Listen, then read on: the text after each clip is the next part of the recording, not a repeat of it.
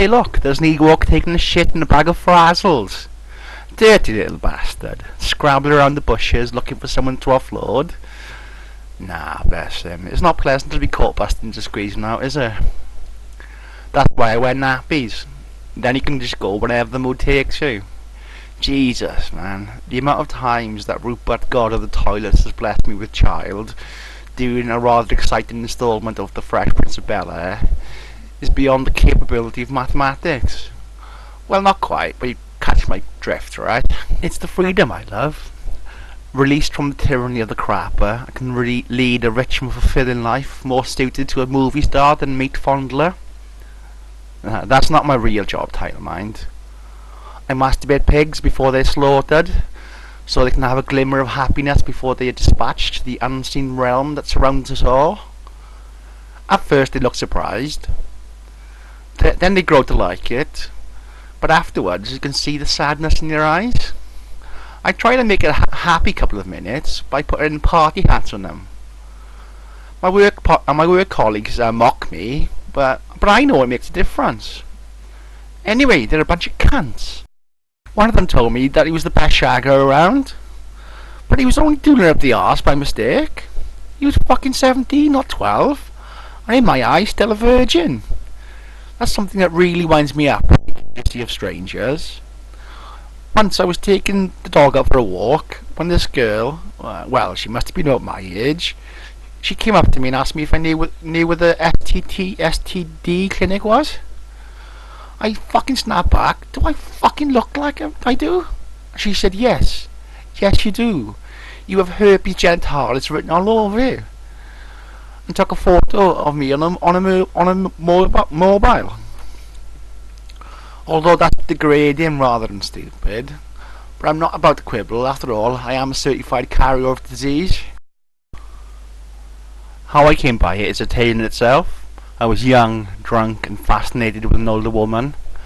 Unfortunate for me, her bisexual partner was a slapper who touted her dubious pleasures around the more desperate pubs in town in return for golf balls. Man, that woman loved golf. Never mind, could be worse. Always remember it could be worse. Yeah, you could be in a box, and I don't mean fucking Cocoa Pops either. Shit, man, I loved that chocolatey, milky goodness. That's like crack for the under eights. In fact, I still see a shrink about my fixation.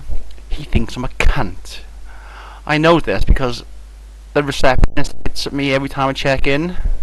Then she laughs like a gerbil that found the secret to the everlasting gobstoppers and plans to sell it to Arthur Slagworth for a price of a 2-bedroom bungalow in Sketty. I think she must be one of his old patients, the mad bitch.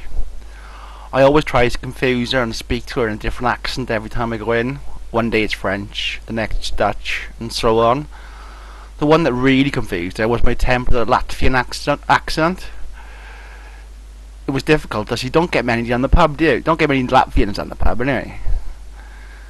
So I just imagine what a really stupid atheist girl would sound like if she had survived on a diet of bamboo and extra strong cheddar.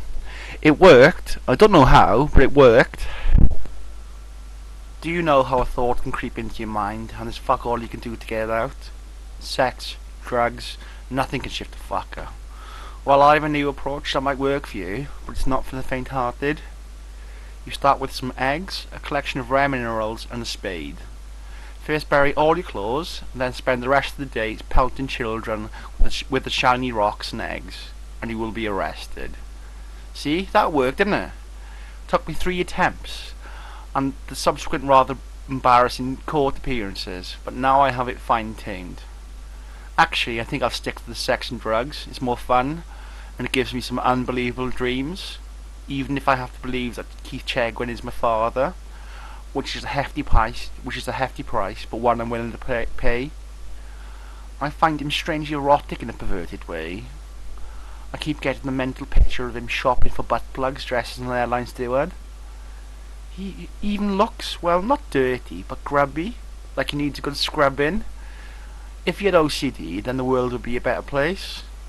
Not that I don't have my mental frailties, the obsessive behaviour that marks me out as a talented oddball in a host of oddballs. But fuck that, let's get mashed.